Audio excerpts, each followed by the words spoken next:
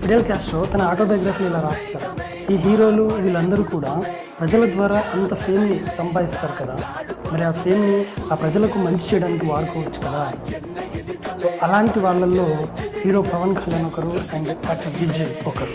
So ప్రజలకు మంచి చేయాలన్న ఉద్దేశంతో వాళ్ళు రాజకీయాలు అరంగేటం చేసి ఈరోజు సో పవన్ కళ్యాణ్ ఏపీలో గెలవడం జరిగింది అండ్ యాక్టర్ విజయ్ ఇక్కడ తమిళనాడులో చాలా భారీ మెజారిటీతో గెలవడం జరిగింది. సో నిజంగా యాక్టర్ విజయ్ గెలవడానికి రీజన్స్ ఏంటి? ఫస్ట్ ఏంటంటే తను విఎంఐ అనేటువంటి ఒక ఎన్జిఓని 2009లో ఎస్టాబ్లిష్ చేశారు. ఆ ఎన్జిఓ ద్వారా ప్రజలకు చారిటీ చేశారు. ఎలాంటి న్యాచురల్ డిజాస్టర్స్ జరిగినా సరే సో వాళ్ళ దగ్గరికి వెళ్ళి ఓకే మా కోసం విజయ్ వస్తాడు అన్న ఒక ఫీలింగ్ని క్రియేట్ చేశారు. రెండోది ఏంటంటే తను ఎప్పుడు కూడా పూర్తిగా ట్రెడిషన్ని ఫాలో అవ్వలేదు, పూర్తిగా మోడర్న్ స్టైల్ని ఫాలో అవ్వలేదు. తను ఎప్పుడు కూడా మిడిల్ పాత్ చూస్ చేసుకున్నాడు, మధ్య మార్గాన్ని చూస్ చేసుకున్నాడు. అంటే ఓల్డర్ జనరేషన్కి అండ్ యంగర్ జనరేషన్స్కి మధ్యలో ఉండడం ద్వారా తన యొక్క ఓట్ బ్యాంక్ని పెంచుకున్నాడు. మూడవది పీపుల్ సెంట్రిక్ మేనిఫెస్టో. తన పార్టీ యొక్క టీవీకే పార్టీ యొక్క మేనిఫెస్టో ఎలా ఉంటుందంటే పీపుల్ సెంట్రిక్గా ఉంటుంది. సో ప్రజలకు ఎక్కువ వెల్ఫేర్ సంక్షేమాన్ని తీసుకొచ్చేదిగా ఉండడం ద్వారా కూడా తన యొక్క ఓట్ బ్యాంక్ని పెంచుకున్నారు. నాలుగోది ఏంటంటే తన యొక్క ధైర్యం. సో తను ఏ పార్టీతో కూడా పొత్తు పెట్టుకోలేదు, సింగిల్గా పోటీ చేశాడు.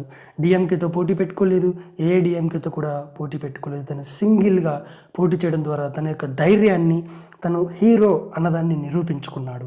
సో తన స్పీచ్లో కూడా చెప్తాడు, there may be so many jackals and animals in the forest but there will be only one lion. Even if it is single it will be the king of jungle. It is not only a prescription, it is also a declaration అని చెప్తాడు. So అంత కాన్ఫిడెంట్గా తను ముందుకు రావడం కూడా so ప్రజలకు hero అన్నప్పుడు ఎప్పుడైనా సరే ఎలా ఉండాలి, సినిమాల్లో ఎలా ఉంటాడో రియల్ లైఫ్లో కూడా అలాగే ఉండాలని ఎక్స్పెక్ట్ చేస్తారు. సో ఫర్ ఎగ్జాంపుల్ మన ఆంధ్రప్రదేశ్లో ఎన్టీఆర్, సో తను సినిమాల్లో ఎలా మాట్లాడేదో రియల్ లైఫ్లో కూడా తను స్పీచెస్ డెలివరీ చేసేటప్పుడు అలాగే మాట్లాడేది. అదే ఎమోషన్ వర్కౌట్ అయింది. ఇన్ ద సేమ్ వే మన ఏపీలో పవన్ కళ్యాణ్ తన సినిమాలో ఎలా మాట్లాడతారో అదే ఎమోషన్తో సో రియల్ లైఫ్లో కూడా మాట్లాడడం జరిగింది.